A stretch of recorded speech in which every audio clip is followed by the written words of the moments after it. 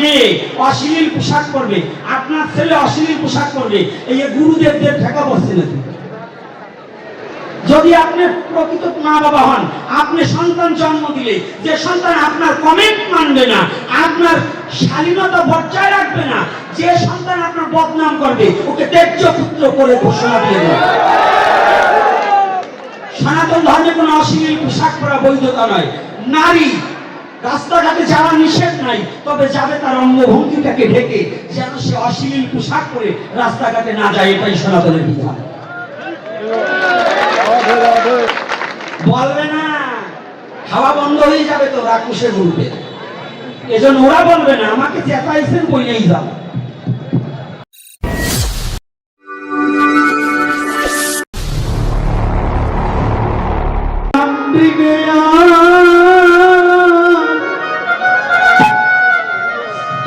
জীবের গতি নাই রে,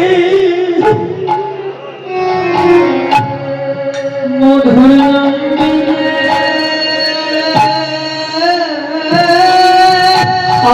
গৌর হরিব,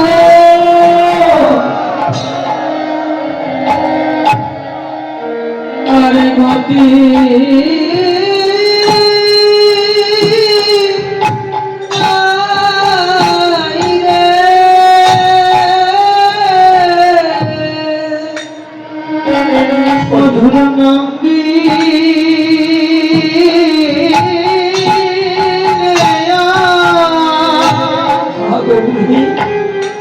কোনো গতি নাই রে, কোনো গতি নাই রে,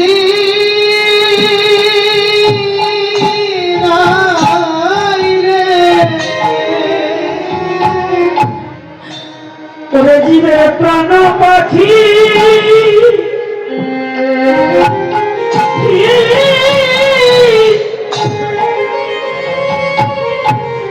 ওরে যাওয়ার বেলা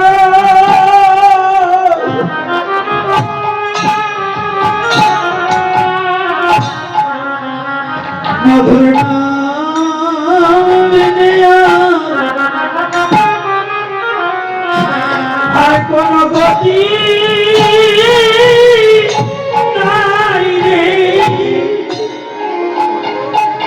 জীবের প্রাণ পাখি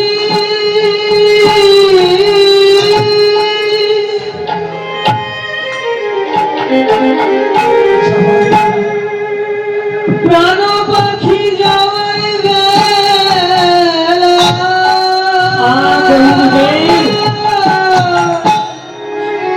নাম বিনে আর গতি নাই, এই হরি নাম বিনে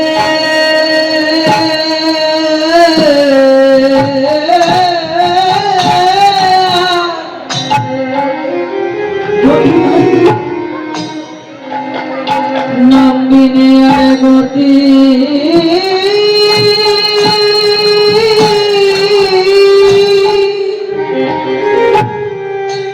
গতি নাই রে,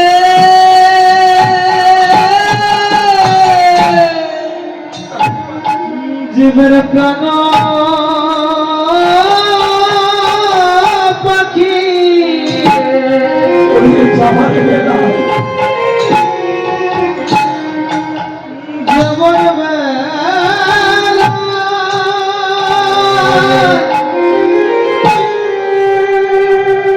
যেমন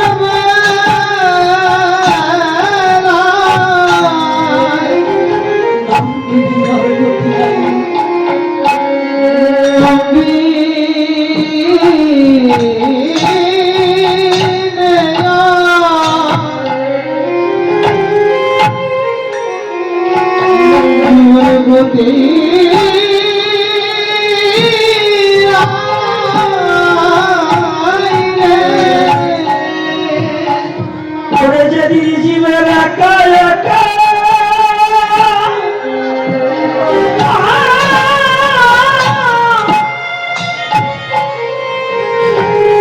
জীবের যেতে হবে,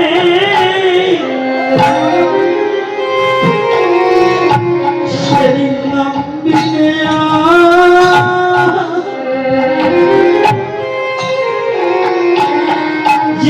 গতি নাই রে।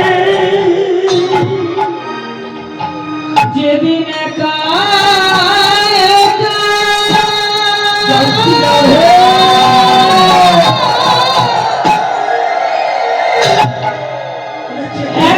একা যেতে হবে,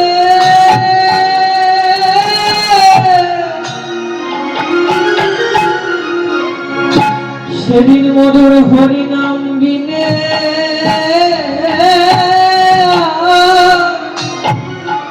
কোন গতি নাই রে, কোন গতি নাই রে। তাই হে জগৎ জীব নাম সেরো না, ওরে জীবন গেলে তোমার নাম ছেড়ো না, এই জীবনে গেলেও এই জীবন গেলে ওরে জীবনের নাম মেনে গতি নাই হে, তোমরা নাম ছেড়ো না, জীবনে গেলে জীবন নাম বিনে কোন গতি নাই রে। তোমার নাম ছেড়ো না, জীবন গেলে। একবার বলো বলো সবাই কৃষ্ণ বলো,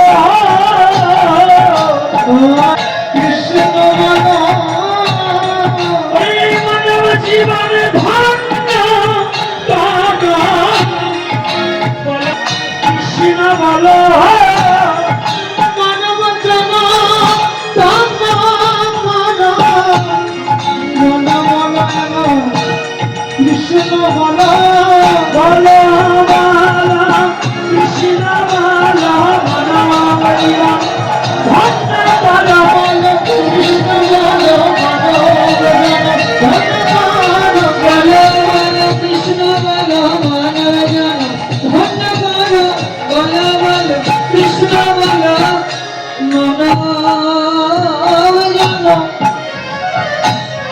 তোমরা ধন্য তাহলে নাম ছাড়বে না, তাহলে নাম ছাড়বে না, না নাম ছাড়বে না। আয় কে আছিস, হরিদাসকে ধরে নিয়ে বাজারের ভেতরে ঘাত দিয়ে মৃত্যু যত সময় না হবে তত সময় পর্যন্ত ওকে ছাড়বে না।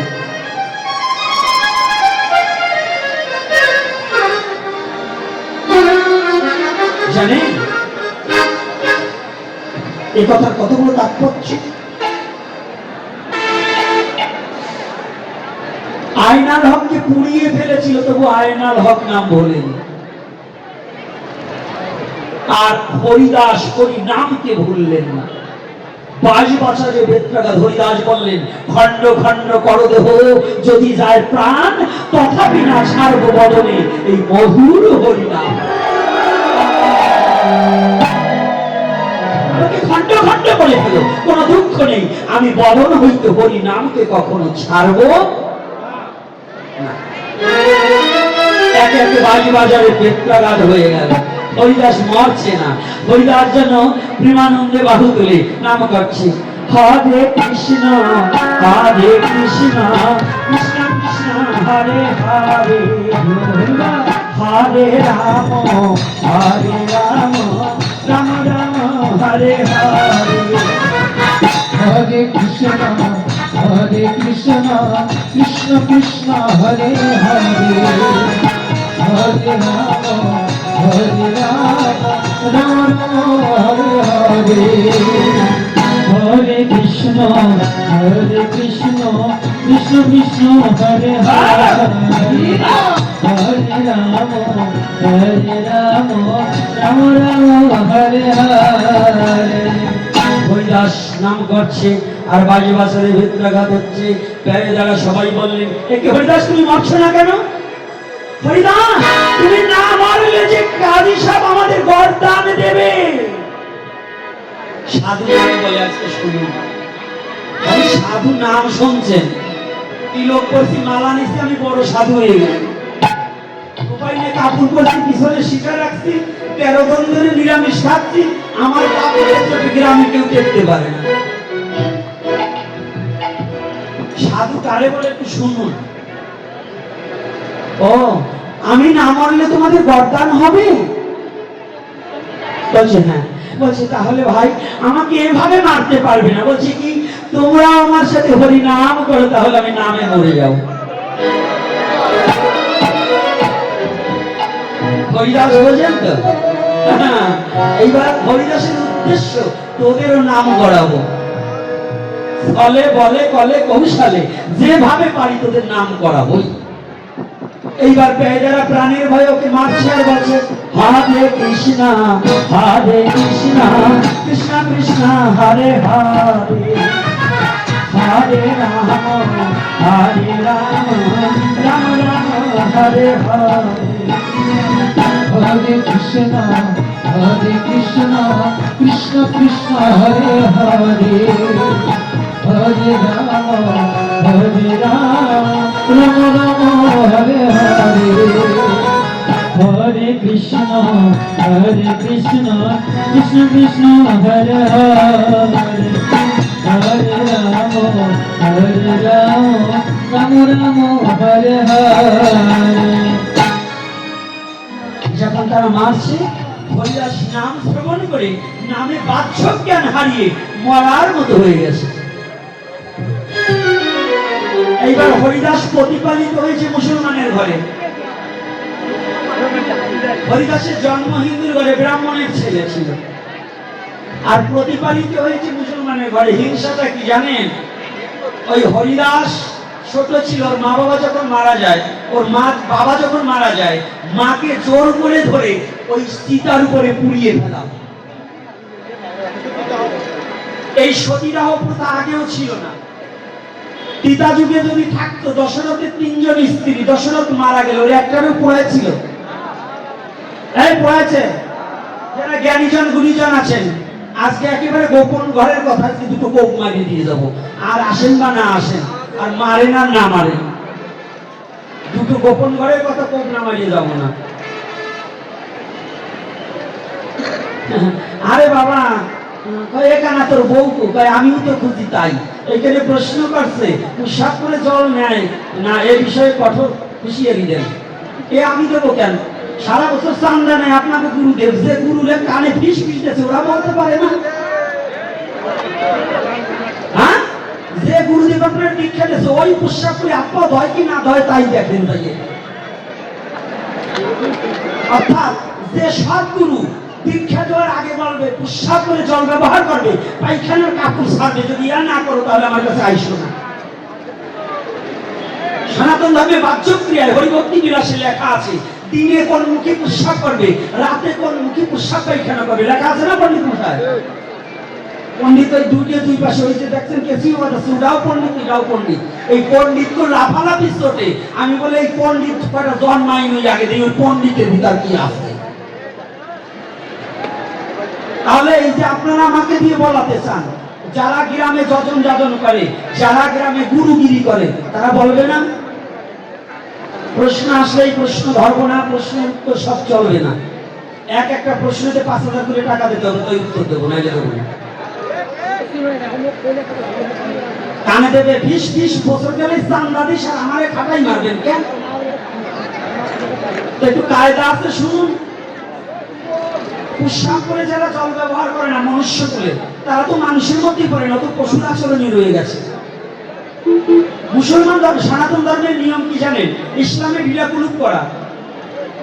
আর মুসলমানদের কি বলছে, তাই সনাতন ধর্মে কি বলছে শুনুন।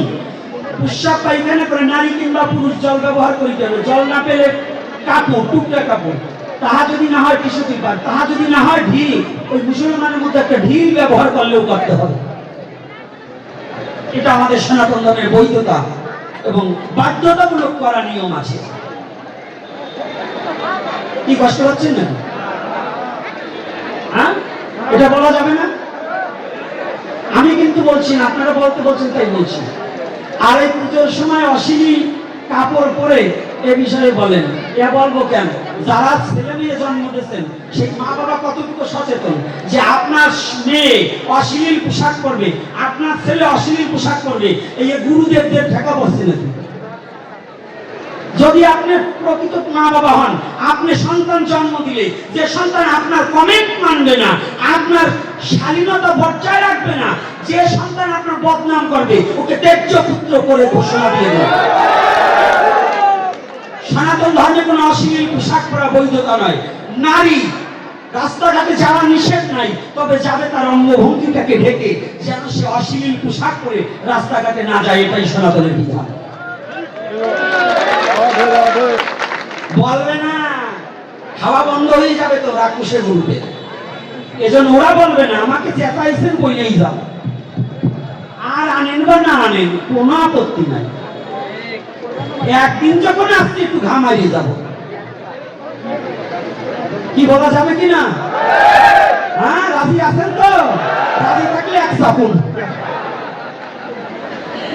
এইবার বলছে বিয়ে করার সঠিক বয়স কত? ওরে কায়দারে আমার মনে বয়স হয়ে গেছে, বিয়ে দেয় না। তবে শুনুন, বলছি ধীরে ধীরে। আগে 35-40 বছর বয়সে বিয়ে করতো ছেলেরা, এখন অন্তত রাগ করবেন না, 22 বছর থেকে 25 বছরের মধ্যে ছেলেকে বিবাহ দেওয়া কর্তব্য, ছেলে কিংবা মেয়েকে। কারণ এখন কলির গড়াই 40 বছরে চলে আসছে, এখন 60 বছরও নাই। আপনি 30 বছর বয়সে বিয়ে করলে একটা সন্তান জন্মালে ওকে মানুষ করে যাওয়ার মতো যোগ্যতা থাকে না, কি থাকে? তাহলে তবে বিয়ে করবেন, একটা কথা আছে, কি গাঁজা খাওয়ার বাবা খোর পাঠিয়ে এইগুলোর কাছে মাইয়ে দেওয়া যাবে না। এর কারণ হইছে কি জানেন? এই মায়েরা, ছেলের বংশজাত দেখতে হয়, ছেলে ভদ্র কিনা, কোন জাত গোষ্ঠী দেখবে না, বর্ণ দেখবে না, কিন্তু ওই ছেলে ভদ্র কিনা, নিশাখোর কিনা, এটা দেখতে হবে। যদি ছেলে তুমি নিশাখোর হয়, নিশাখোরের কিন্তু আবার জারি জুরি বেশি।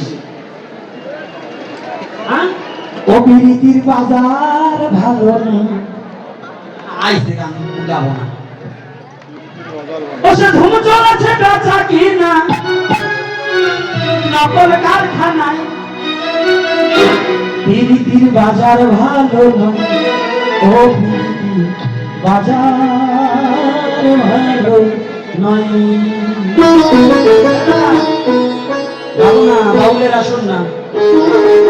আসল মাল বাজারে ওঠে কম, নকল মালের ধৈর্য যারা তারাই খুব গরম, বেচা কিনা চলছে হতম, যাচাই করে না, পিরিতির বাজার ভালো না। এই মায়েরা, যেটা গাঁজা করে বেশি, পিছনে একটা গাড়ি থাকলে পরে মেয়েরা ওদের পছন্দ করে বেশি। সৎ চরিত্রের ছেলেকে অনেকেই পছন্দ করে না। তবে করি নিবেদন, ভুলবেন না কখন, একজন সৎ চরিত্র সাতপুত্র লেখক কন্যা যদি পাত্র বিশেষ দান করা যায়, যদি সৎ পাত্রে একটা কন্যা দান করা যায়, 7 পুত্রের ন্যায় একটা জামতা পেলেই হয়। এজন্য শিব ঠাকুরের 60টা কন্যা ছিল, শিবের মতো জামাই পেল বিদয় শ্রীকৃষ্ণ। এই দক্ষ রাজা 60টা কন্যা, এই শিবের মতো জামাই পেয়েছে বিদয়, দক্ষ রাজা পুনর্জীবন পেয়েছিল, নাইলে ধ্বংস হয়ে যায়। এই জন্য 7 পুত্র এক কন্যা যদি পাত্র বিশেষ দান করা যায়, গাঁজাখোরের কাছে কন্যা দান করা যাবে না, চরিত্রহীনার কাছে কন্যা দান করা যাবে না, দান করতে হবে একজন সৎ পাত্রের হাতে। হযরত আলীর মতো যদি ব্যক্তি না হয়, তাহলে মা ফাতেমার এত কদর বাড়ত না। আমার সনাতন ধর্মে বলছেন, সীতার মতো সতী চাও তো তুমি রামের মতো হও, কি নাকি? তাহলে তোমার বিবাহর বয়স হবে 30 না 40 বছর হইলেও তুমি যদি খালি গাঁজাখোর হও, যদি পয়সা ইনকাম না করো, তোমার বিয়ে করার দরকার নাই। যে সন্তান, যে ছেলে কর্ম করবে না, অলসতার ঘরে থাকবে, ও যেন বিয়ে না করে, অর্থাৎ ও নিজে জ্বলবে, ওই মেয়েটারে জ্বালাবে, ওর বাবার সংসার জ্বালাবে, শ্বশুরের সংসার জ্বালাবে, ওই হারামজাদারে মাইয়ে দিলে রসাতলে যাবে। 12টা বাজে কালকে একাদশী। কি রাগ করছো নাকি বাবা তোমরা? সে কয়টা ঘুমাই আর বাবার হোটেলে খায় কয় এই হারামজাদা আম সেকেন্ড টাকা দিয়ে কায়দা আছে আজকে প্রশ্ন করছে কায়দা মতো না বলিয়ে যাবো না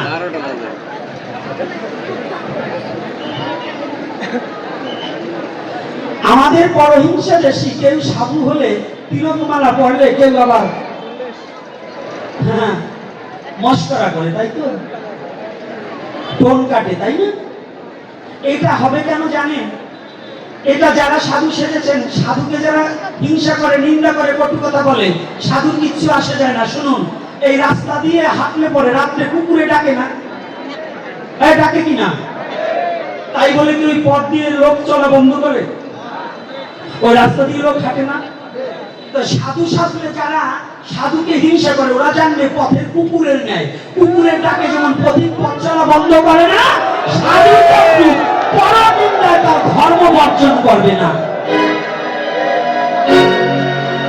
কুকুরের ভয়ে পথ চলা বন্ধ করা যায় না আর পরনিন্দায় আমার ধর্মকে আমি ত্যাগ করবো না একটু বলি 5ই আগস্টের কথা বলবো না ও সব কিছু না তবে স্মরণ করিয়ে দিচ্ছি এই হিন্দু জাতি 5ই আগস্টের পরে কিছু দুর্ঘটনা ঘটছে এদিক ওদিক দিয়ে অনেকে মালা খুলে ফেলছে তিলক পরে না ধুতি দিয়ে প্যান্ট পরছে আমি গোপীনাথ এই বাংলাদেশে তিলক বন্ধ করি নেই চুল কাটিনি দাড়ি কাটিনি ধুতি খুলিনি এখনো মালা নিয়ে ঘুরছি আমাকে তো কেউ কোনো ক্ষতি করেনি আমি আমার ধর্ম করব কার বাপের এত হিম্মত আছে আমার ধর্মকে বাধা দেবে আগে ধর্মকে ভালোবাসো তুমি ধর্মকে রক্ষা করো ধর্ম তোমাকে রক্ষা করে তুমি যদি ধর্ম রক্ষা না করো তোমাকে কোনোদিন ধর্ম রক্ষা কোন জগতে যাবেন মহাপ্রভুর মতো ব্যক্তিকে হিংসা করছে তখন তার জাত ভাই ওই মুসলমান ধর্মে যাবেন আবু জাহেল নবীর আপন কাকা সেও নবীকে মানে নাই ওই রকম আবু জাহেল বিচার কইতে না মানলে নবী কিছু আসতে গেছে নাকি কিছু আসতে গেছে ওই রকম 2-4 গুলি ব্রাহ্মণে 2-4 গুলি অভক্ততে মহাপ্রভুকে না মানলে মহাপ্রভুর কিছু আসে যায় না আর মহাপ্রভুর ভক্ত যারা ওই রকম 2-4 গুলিতে ভক্তকে যদি অবমাননা করে তাতে ভক্তের কিছু আসে যায় না ভক্ত ভগবানকে ভালোবেসে জীবন জৈবন উজাড় করে ভগবানকে ভালোবাসবে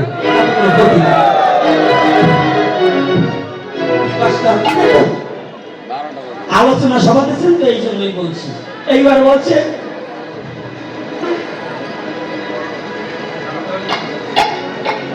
ধ্বংসরাজ সনাতনী যুব সংঘকে একটু সাহায্য করতে বলুন যারা দানবীর আছেন বিশেষ করে যারা দানবীর আছেন এই যুব সংগঠনকে টিকিয়ে রাখতে হলে অর্থ ছাড়া কিছু হয় না মানিস দা সেকেন্ড গড কি মানিস দা সেকেন্ড গড ঈশ্বরের পর পর অর্থের প্রয়োজন হিন্দু মুসলমান বৌদ্ধ খ্রিস্টান নাই সৎ পাত্রে দান করো ইসলাম ধর্মে নবী দিয়েছেন ঘোষণা তুমি খানা খাবার আগে 45টা বাড়ি ঘুরে আসো দেখো এর মধ্যে কেউ অভুক্ত আছে কিনা যদি কেউ তুমি খানা খাওয়ার আগে ওই 45টা বাড়ির মধ্যে কিংবা কেউ 40 বাড়ি বলা আছে যদি কেউ অভুক্ত থাকে তাকে আগে খানা খাইয়ে তুমি খাবে তাহলে তুমি ইমানদার ব্যক্তি হবে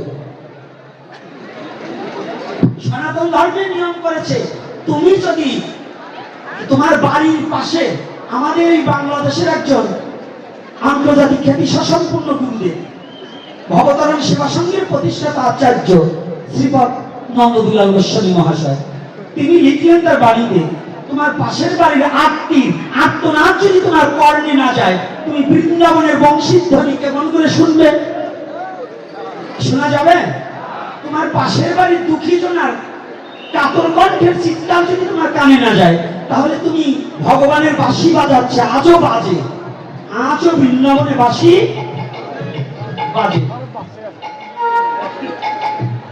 তাহলে ওই বাঁশি সবার কানে শুনে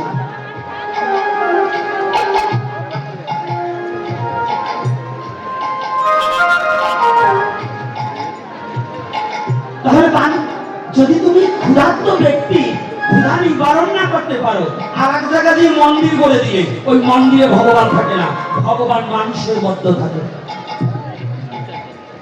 ইসলাম ধর্মে বলছে মুমিনুল কলবে আল্লাহ একজন মুমিন ব্যক্তির কলবে সরাসরি আল্লাহ থাকে সনাতন ধর্মে কি বলে বললেন, নাহং বৈকুণ্ঠে যোগিনাং হৃদয়ে নচ মদ্ভক্ত যত্র গায়ন্তি তত্র তৃষ্ণাবিহীন নারদ। যে জগতে ভক্তকে ভালোবাসতে পারে না সে ভগবানকে ভালোবাসতে পারে না, যে মানুষকে ভালোবাসতে পারে না সে কোনদিন ঈশ্বরকে ভালোবাসতে পারে না, যে মুসলমান মানুষকে হিংসা করে সে মুসলমানের মধ্যেই পড়ে না, যে মুসলমান মানুষকে ভালোবাসতে পারে না সে কোনদিন আল্লাহর দিদার পাবে না। নাকি বাবা, না মিথ্যা বললাম? কি মিথ্যা বলছি? ভগবান নিজে মুখে বলছেন, নাহং বৈকুণ্ঠে যোগিনাং হৃদয়ে নচ মদ্ভক্ত তত্র গায়ন্তি তত্র তৃষ্ণাবিহীন নারদ। ভগবান নিজে মুখে নারদকে প্রতিশ্রুতিবদ্ধ হয়েছে, আমি বৈকুণ্ঠে থাকি না, আমি যোগীর হৃদয়ে থাকি না, আমার ভক্তের হৃদয়ের মাঝে আমি চির অবস্থান করি, আমি চির অবস্থান করি। তাহলে অনেক সময় বসেছিলাম, এইবার আমি দাঁড়াবো, আপনারা বসে থাকবেন, আমি একটু দাঁড়িয়ে দাঁড়িয়ে দুটো কথা বলবো নাকি? বলবো অনুমতি যদি পাই, আমি একটু দাঁড়াবো, দাঁড়িয়ে দাঁড়িয়ে যদি একটু অনুমতি পাই।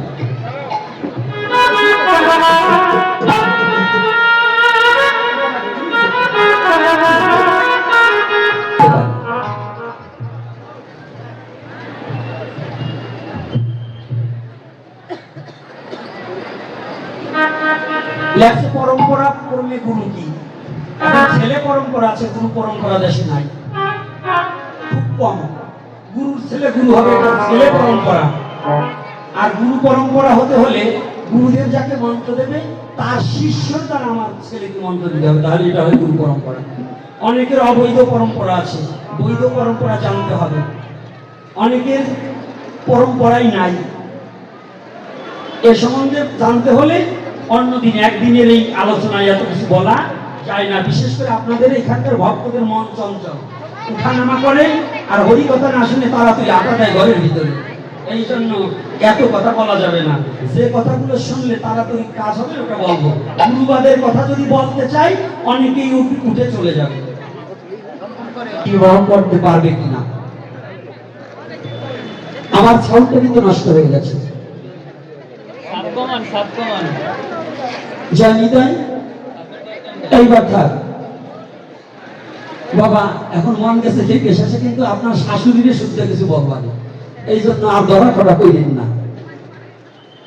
একটা কথা জেনে যান, এই সভ্যসভার ঠাই এক বর্ণের মেয়ে আর এক বর্ণে বিয়ার কি দরকার আছে কি? একজন ভগবান তার বাবা এই কাজটা করছে। যদি বলেন কেন,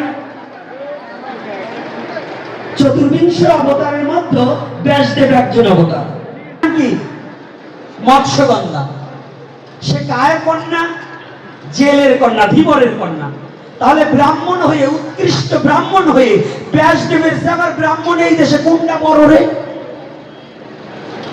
ওই ব্রাহ্মণটার আমি একটু দেখতে চাই। ব্যাসদেবের মা যদি মেসিনের পুত্র হতে পারে, ব্যাসদেব যদি মেসিনের পুত্র হতে পারে, যদি সে জেলের মেয়ে হতে পারে, ভীম যদি রাক্ষসিনী হিড়িম্বাকে বিবাহ করতে পারে, সেই ঘরের সন্তান তার ঘটকস। আপনারা তো বর্ণ নিয়ে চিল্লাচিল্লি করেন কোন জায়গায়?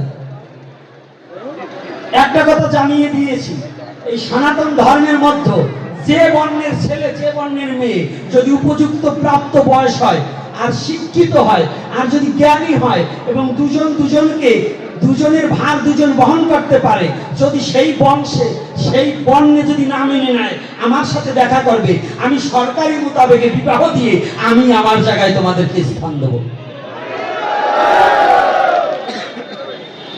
এটা আমার বিন্দু মাত্র ভয় নেই, বিন্দু মাত্র ভয় নেই। আর না হলে ব্যাসদেবের ফিরে আবার পাল্টাই আনবে। যারা বলবে তাদেরকে বলবেন ওই ব্যাসদেবকে পাল্টাই আনবি। ব্যাসদেব তো ক্রোশ হয়ে গেছে, বাবা হচ্ছে ব্রাহ্মণ আর মা হচ্ছে জেলে, ধীবর কন্যা। তাহলে ওখানে যদি চলে, আবার যদি কন্যা, মেয়েদের কোনো গোত্র নেই, মেয়ে যে গোত্রে যাবে সেই গোত্রেই তার পরিচয় হবে। এজন্য আপনাদের চরণ ধরে করি মানা, এই হিংসার কবলে পড়ে কেউ কোনোদিন নিজের সত্যকে বিকাইয়ে দেবেন না। তাই চরণে হাত রেখে বলছি, আজকে যেখানে সনাতন ধর্মের 4টি বস্তু মূল, সত্য, সরলতা, প্রেম, পবিত্রতা, এই 4টি বস্তু যার না আছে সে কোনোদিন সনাতনী হতে পারে না। হতে পারে যার সত্য নাই, সত্যকে যে লুকিয়ে রাখতে পারে। ঠাকুর রামকৃষ্ণ পরমহংসদেব বললেন, যিনি সত্যকে ধরে আছে তিনি ভগবানের কোলে শুয়ে আছে। তাই আজ আবার পূর্বে একটু যাই, আবার সুর ছন্দে ধরে ধরে আবার আলোচনা করব এই সভ্য সভার পরে। একটু সুরের মধ্যে যাই। সুরকে যে ভালোবাসে না ওটা অসুর।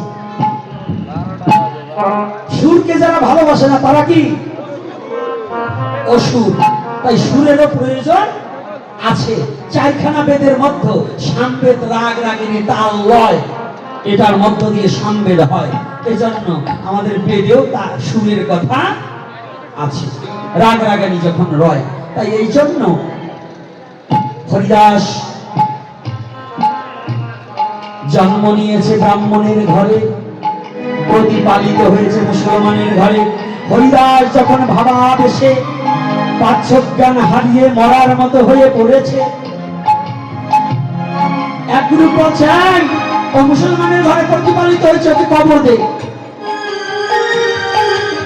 আর এক গ্রুপ বলছে না না না, ও হরিনাম করছে, ওকে পুড়িয়ে ফেল। দ্বন্দ্ব বাজিয়ে গেছে না?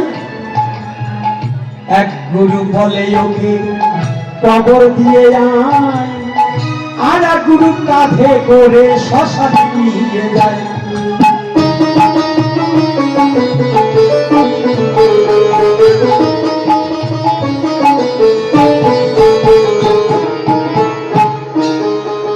এমনি করে যখন তাদের মধ্যে দ্বন্দ্ব বেঁধে গেল, এক গুরু লাফিয়ে এসে বলে আমার কথা শোনো।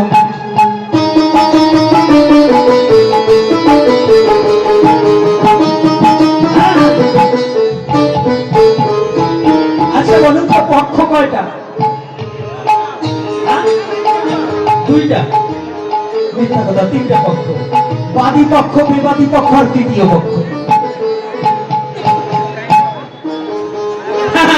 কায়দা আছে, কায়দা আছে না? সনাতন শাস্ত্র মতে পক্ষ 2টা রয়, শুক্লা পক্ষ, কৃষ্ণ পক্ষ, শাস্ত্রে যে লেখা।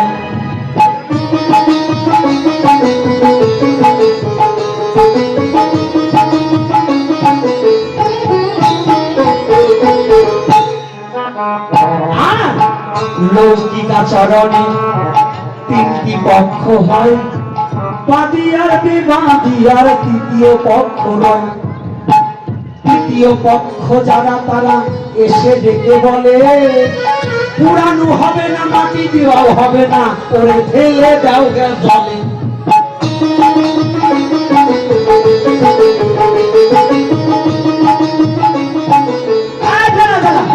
মারামারি করছিস কেন? তোরা আমরা তুই একই। ও যে কাজ করেছে, ও মুসলমানের ঘরের ছেলে, ও আবার হরিনাম করেছে, ওকে মাটি দেওয়াও যাবে না, ওকে পোড়ানোও যাবে না। কি ও যেমন কাজ করছে তেমন ভালো হবে? কি ওকে ধরে জলে ফেলে দাও, গঙ্গার জলে ফেলে দাও। যেই কথা সেই কাজ সবাই মিলে করে, হরিদাসকে হাত পা ধরে ফেলে দিল জলে।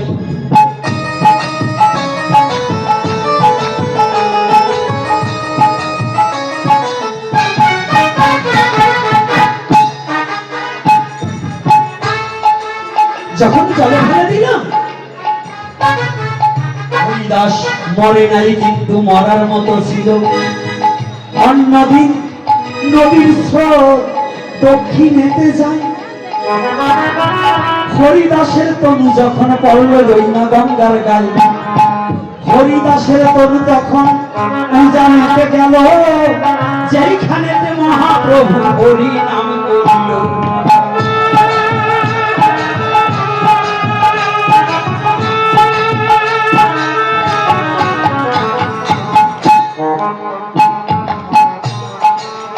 মহাপ্রভু মহাপ্রভু বসে আছেন ভক্তের বাড়িতে।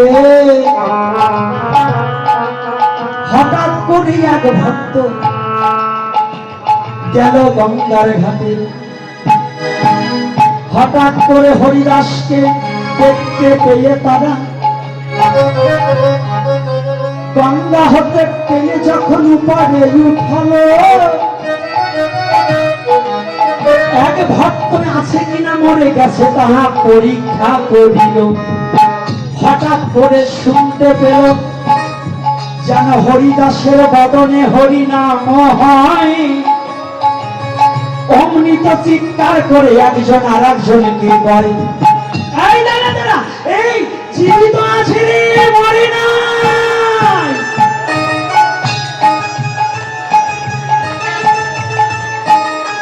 এমনি করে যখনই তো জানাজানি হলো, হরিদাসকে ধরে সবাই নাচিতে লাগিল।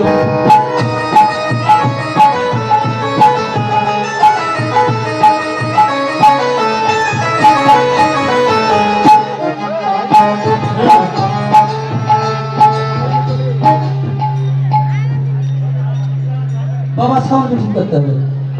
এক বৈষ্ণব বাবা এই হরিদাসের লীলা শুনে 100 টাকা করে গেল দান। তাকে কৃষ্ণ প্রেম দান করে যেন গৌর ভগবান।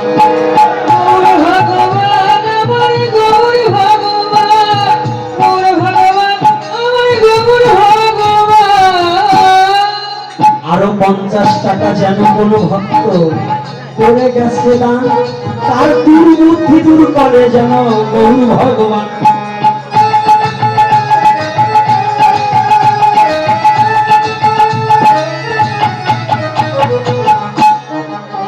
ধীরে ধীরে বসে থাকবেন যত ভক্তগণ, আস্তে আস্তে লীলা কথা করিব স্মরণ।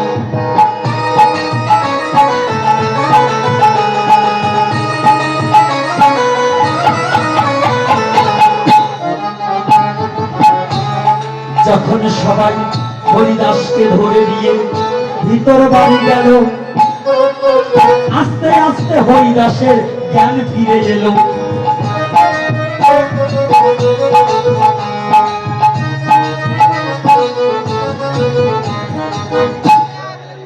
যখন জ্ঞানে ফিরে পায়, দূরে আমার মহাপ্রভুকে দেখিবারে পায়।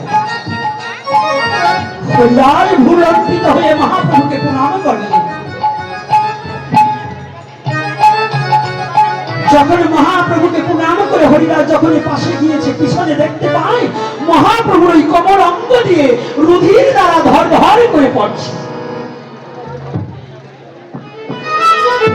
হরিদাস বলেন, একই প্রভু, একই কেমন নিষ্ঠুর খেলা তুমি খেলছো, একই তোমার অঙ্গে কে এমন আঘাত করেছে, কে এমন হৃদয়বান নেই কি তার হৃদয়, এমন নিষ্ঠুর হৃদয় কি কারো হতে পারে যে তোমার কোমর অঙ্গে আঘাত করেছে।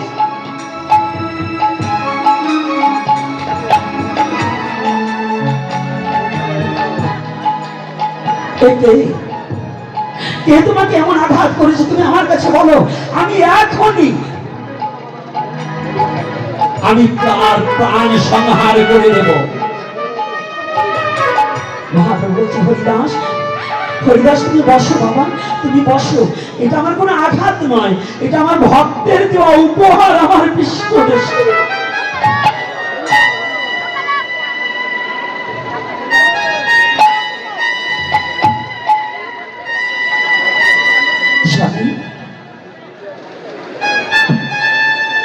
বিশ্ব জগতে যদি ভগবানকে কেউ ভালোবাসার মতো বাসিতে পারে, যে যদি কেউ জীবন জৈবন দেহমান দিয়ে ভগবানের চরণে জীবনের ভাবটা উৎসর্গ করে দিতে পারে,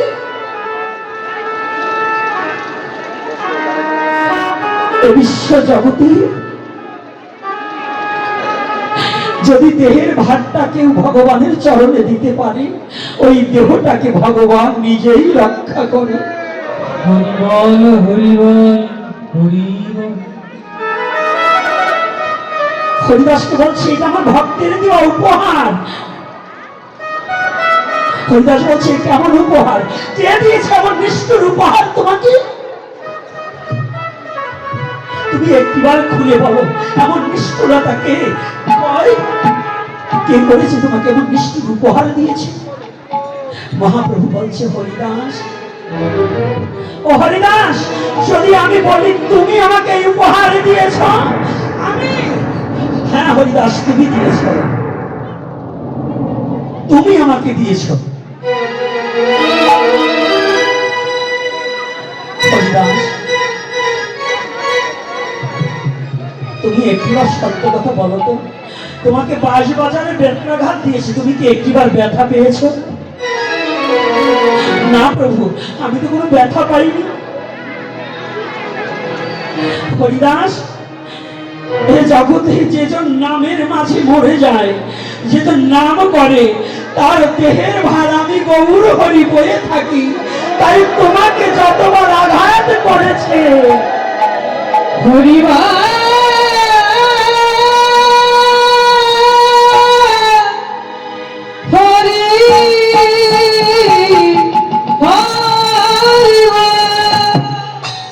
তোমাকে যতবার আঘাত করেছে না, তুমি ততবার কি বলেছিলে? প্রভু, আমাকে যতবার আঘাত করেছে আমি শুধু হরে কৃষ্ণ, হরে কৃষ্ণ, কৃষ্ণ কৃষ্ণ হরে হরে, হরে রাম, হরে রাম, রাম রাম, হরে হরে। আমি নামকে ভুলে যাইনি। আমি একটা কথা দিয়েছি, কলিকালে নাম রূপে কৃষ্ণ অবতার। যেখানে তুমি নাম করেছো, তোমাকে যতবার আঘাত করেছে, সমস্ত আঘাত আমার পৃষ্ঠ দেশে এসে পৌঁছে দিয়েছে। তাই বলছি, প্রভু,